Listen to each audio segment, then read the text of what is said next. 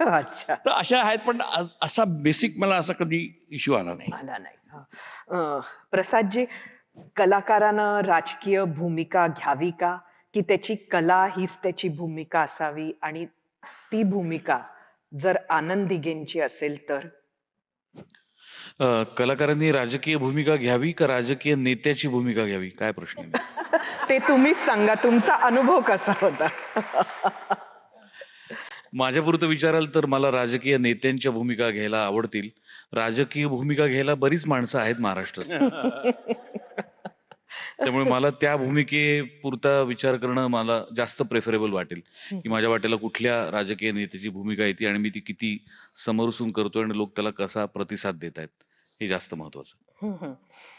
आपल्या देशातली जी खासियत आहे ती म्हणजे आपल्याकडे वेगवेगळ्या भाषांची इंडस्ट्री आहे आणि तुम्ही बऱ्याच भाषांमध्ये काम सुद्धा केलेलं आहे. आता त्यात असं कधी तुम्हाला अनुभव आला का, की प्रत्येक भाषेची सेन्सिबिलिटी वेगळी असते हे आपल्याला माहिती आहे. पण सेन्सरचे कुठेतरी जे मापदंड आहेत ते सुद्धा प्रत्येक भाषेच्या इंडस्ट्रीसाठी वेगळे आहेत, असं तुम्हाला कधी वाटलं का? मला वाटतं प्रत्येक जमान्यामध्ये सेन्सिबिलिटीज बदलत जातात.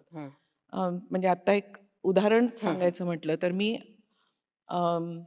81 मध्ये 81 साली मित्राची गोष्ट नावाचं एक नाटक केलं होतं विजय तेंडुलकरांचं. ते लेस्बियन, मित्रा लेस्बियन आहे त्याच्यामध्ये. अच्छा. आणि ते नाटक तेंडुलकरांच्याकडे 7 वर्ष लिहून पडून होतं त्याच्या आधी. म्हणजे 70s मध्ये कदाचित ते त्यांनी लिहिलं होतं आणि ते आम्ही केलं ते 81 मध्ये केलं. आणि त्याच्यामध्ये आमचे 25 प्रयोग झाले. नाटक छान होत होतं, लोकांना आवडत होतं. अर्थात त्याचे कमर्शियली प्रयोग जास्त नाही झाले, आम्ही फक्त 25 प्रयोग केले.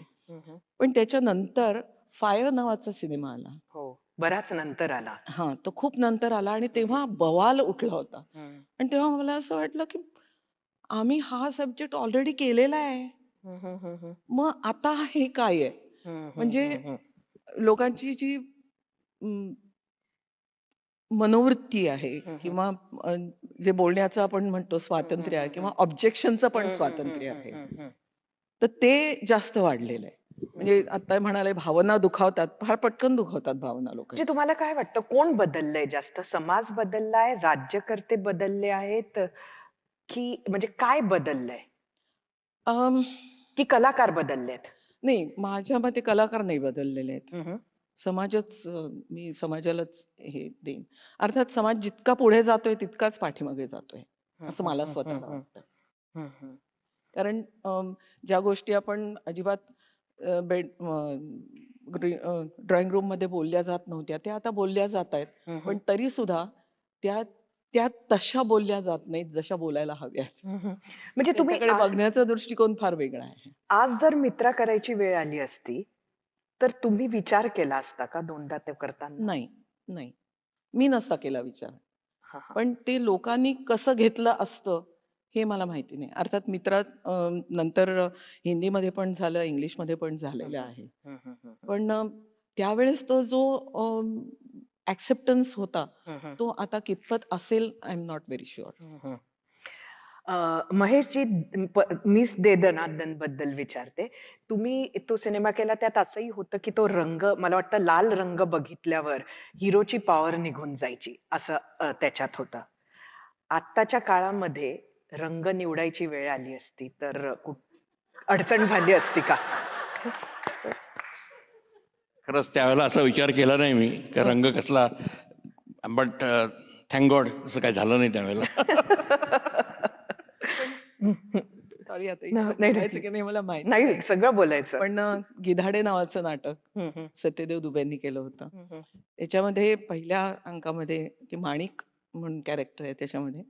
तर ती प्रेग्नंट असते आणि ती दोघं जण, आणि ते व्हायलन्स, कम्प्लिटली व्हायलन्स वाला होतं. तर तिच्या पोटात ही दोघं जण लाथ मारतात आणि ती किंचाळत फक्त अशी किंचाळत एक्झिट घेते. आणि ती एक्झिट घेताना नॅचरली ते अबॉर्शन झालेलं आहे, तर तिच्या साडीला मागे लाल डाग, एवढंच फक्त. आणि फक्त एका ह्याच्यापासून दुसरीकडे विंग मध्ये निघून जाते ओरडत. त्याला सेन्सॉरने ऑब्जेक्शन घेतलं होतं आणि त्याच्यानंतर सत्यदेव दुबेंनी तो डाग निळा केला आणि जाहिरातीमध्ये लिहिलं, हा डाग लाल समजावा. अरे बापरे. ब्रिलियंट. महेशजी, मी तुम्हाला त्या आधीच्या प्रश्नाच्या नोटवरच विचारते की इतकं तुमचं छान आडनाव आहे कोठारे, तुम्ही तुमच्या सिनेमांमध्ये लक्ष्मीकांत बेर्डेंचं नाव नेहमी लक्षात ठेवलं, तुमचं महेश ठेवलं, पण तुम्हाला इन्स्पेक्टर जाधवची का भुरा पडली?